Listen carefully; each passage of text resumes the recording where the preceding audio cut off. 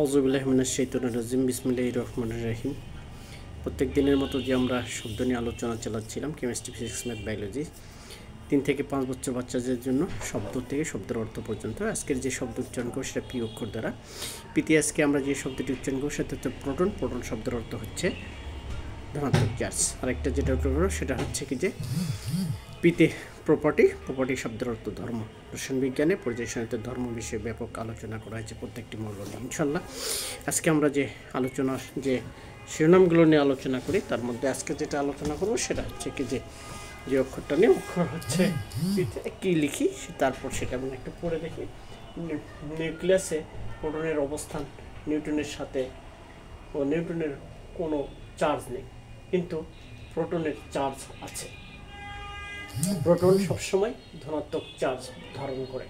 বিজ্ঞানী গোল্ডস্টেইন 1886 সালে ক্যাথোড পরীক্ষার এবং হচ্ছে প্রোটনের ধনাত্মক চার্জ আবিষ্কার করেন। ক্যাথোড যে পরীক্ষা করতে হয়, পরীক্ষার জন্য যে গোল্ডস্টেইন যে আবিষ্কার করেন হচ্ছে কি যে ধনাত্মক চার্জ। নিউটনের কোনো চার্জ নেই, প্রোটনের ধনাত্মক চার্জ আছে। এই কথাটা আমরা এই তথ্য থেকে পেয়ে গেলাম। যে এছাড়াও বিজ্ঞানীরা এর আগে কত সালে আবিষ্কার করেছেন সেটাও পেয়ে গেলাম ইনশাল্লাহ।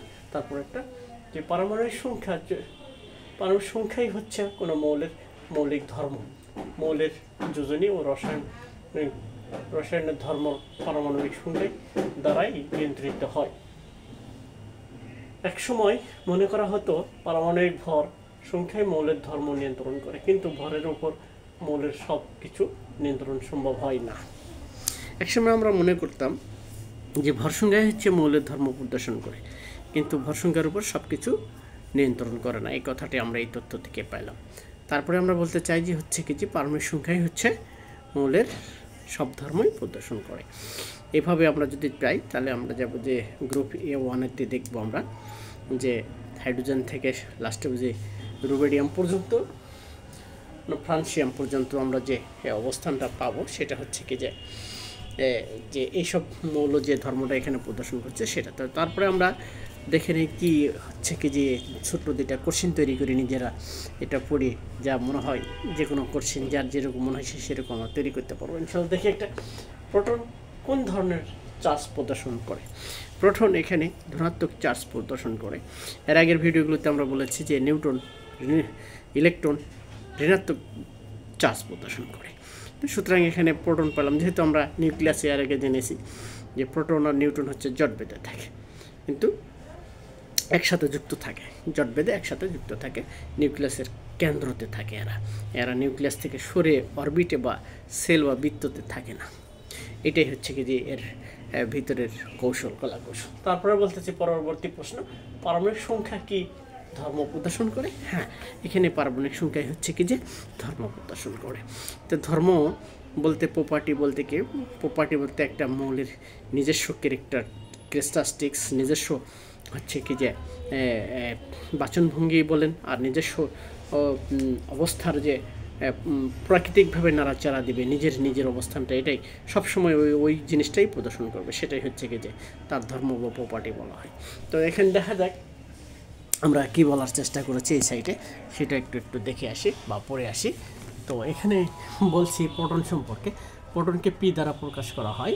তারপরে বলেছি প্রোটনের অবস্থান হচ্ছে কি যে নিউক্লিয়াসের কেন্দ্রতে, নিউক্লিয়াসে। তারপর প্রোটনের প্রকৃত চার্জ হচ্ছে 1.6 × 10⁻⁻⁴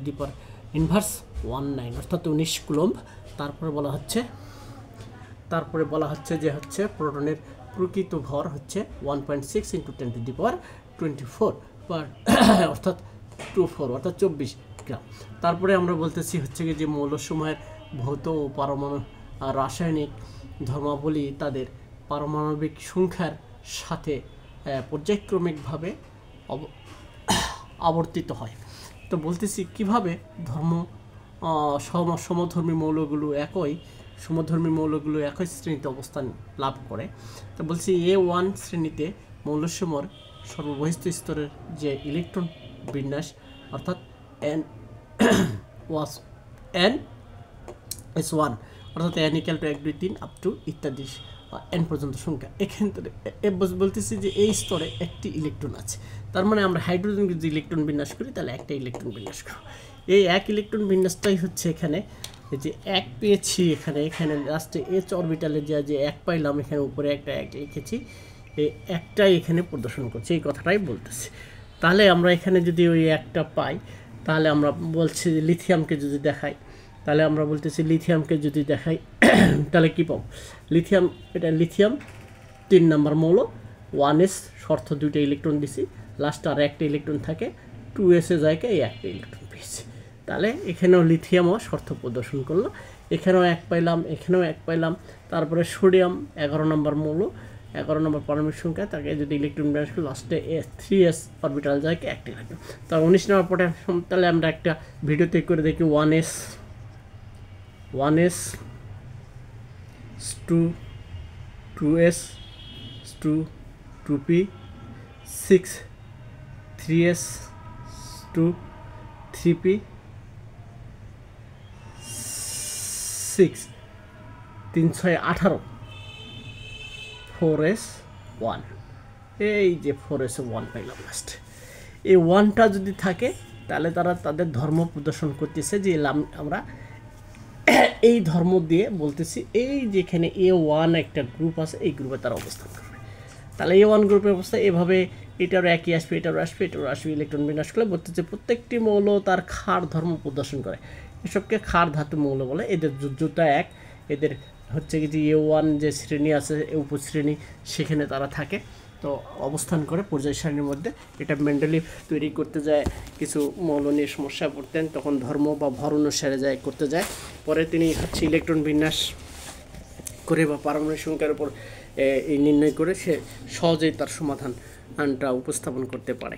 তো আজকে যে আমরা যে সুন্দর সুন্দর টপিকগুলো নিয়ে আলোচনা করছি, শিক্ষা জীবনে এগুলো ব্যাপক মূল্যায়ন করবে এবং ব্যাপকভাবে এর বিস্তারিত লাভ করবে যদি আমরা শিখার চেষ্টা করি। শিখলে কেউ উপকৃত হবে, যেতে হবে, জাতি হবে, বাঙালি হবে, বাংলাদেশি হবে। প্রত্যেকটি স্কুল কলেজে যদি আমরা পারমাণবিক সংখ্যা কালকেও বলেছি, আজকেও আবার বলছি, পারমাণবিক সংখ্যা থেকেই তো এগুলো বার করছি। 1 নম্বর হাইড্রোজেন, 2 নম্বর হিলিয়াম, 3 নম্বর লিথিয়াম, এগুলো থেকেই তো আমি এগুলো বার করতেছি। কিন্তু এই যে নামতার কত যে মুখস্থ করতে হবে, এটা 100-এ 100। প্রত্যেকটা স্কুল কলেজ, তারপর মাদ্রাসা, সব ধরনের ইবতেদায়ী বলেন আর এই যেসব মাদ্রাসা আছে, সব জায়গাতে দরকার। কারণ আপনি কি ডেভেলপ করবেন, মানুষকে শিক্ষিত করতে চাইলে এটা দরকার। আর এটার দরকার হলে এখান থেকে যে সরাই সিটে বিভিন্ন তথ্য উপাত্তেদের যে অনেক গভীরে প্রবেশ করা যাচ্ছে। আজকে আপনি মেডিসিন বা হচ্ছে ডাক্তারি সেক্টরে যান, কেমিস্ট্রি দরকার, ইঞ্জিনিয়ারিংয়ে যান, কেমিস্ট্রি দরকার, বড় বড় প্র্যাকটিক্যালে কেমিস্ট্রি দরকার। যা তৈরি হচ্ছে, রং থেকে শুরু করে খাবার, সোডা মোডা যা আছে সব কিছু, লবণ টবণ যা আছে সব কিছুতেই তোমার কেমিস্ট্রি দরকার পড়ছে। তারা মানুষের মৌলিক ধারণাগুলো 1 2 3 4 5 6 7 এই সংখ্যার উপর ভিত্তি করে আছে। কেউ আমরা এগুলো চর্চা করি, কেউ করি না। চর্চা করলে এর বাস্তবতা আমরা এগুলো ধীরে ধীরে উপলব্ধি করতে পারতাম, স্কুল কলেজ থেকে বা ছোটোকাল থেকে মুখস্থ করতে পারতাম। আর যদি না পারি তাহলে কী ভাই, তাহলে অজানার মধ্যেই থাকলাম। একটা জিনিসকে দেখে আমরা করলাম তো একটা ডাউট ফিল বা ভয় বা ভীতি প্রদর্শন করে শিক্ষা জগতের ভিতরে নিজেদের মধ্যেও, তো সেটা কেটে যাবে যদি এইভাবে আমরা পরিচালনা করি। তাহলে আমরা শিখতে পারবো, আমার ভবিষ্যৎ প্রজন্ম শিখতে পারবে, আমরা শিখতে পারবো, সকলেই শিখতে পারবো ইনশাল্লাহ। আজ এ পর্যন্তই, খোদা হাফেজ, দেখা হবে পরবর্তী ভিডিওতে ইনশাল্লাহ। আল্লাহ হাফেজ।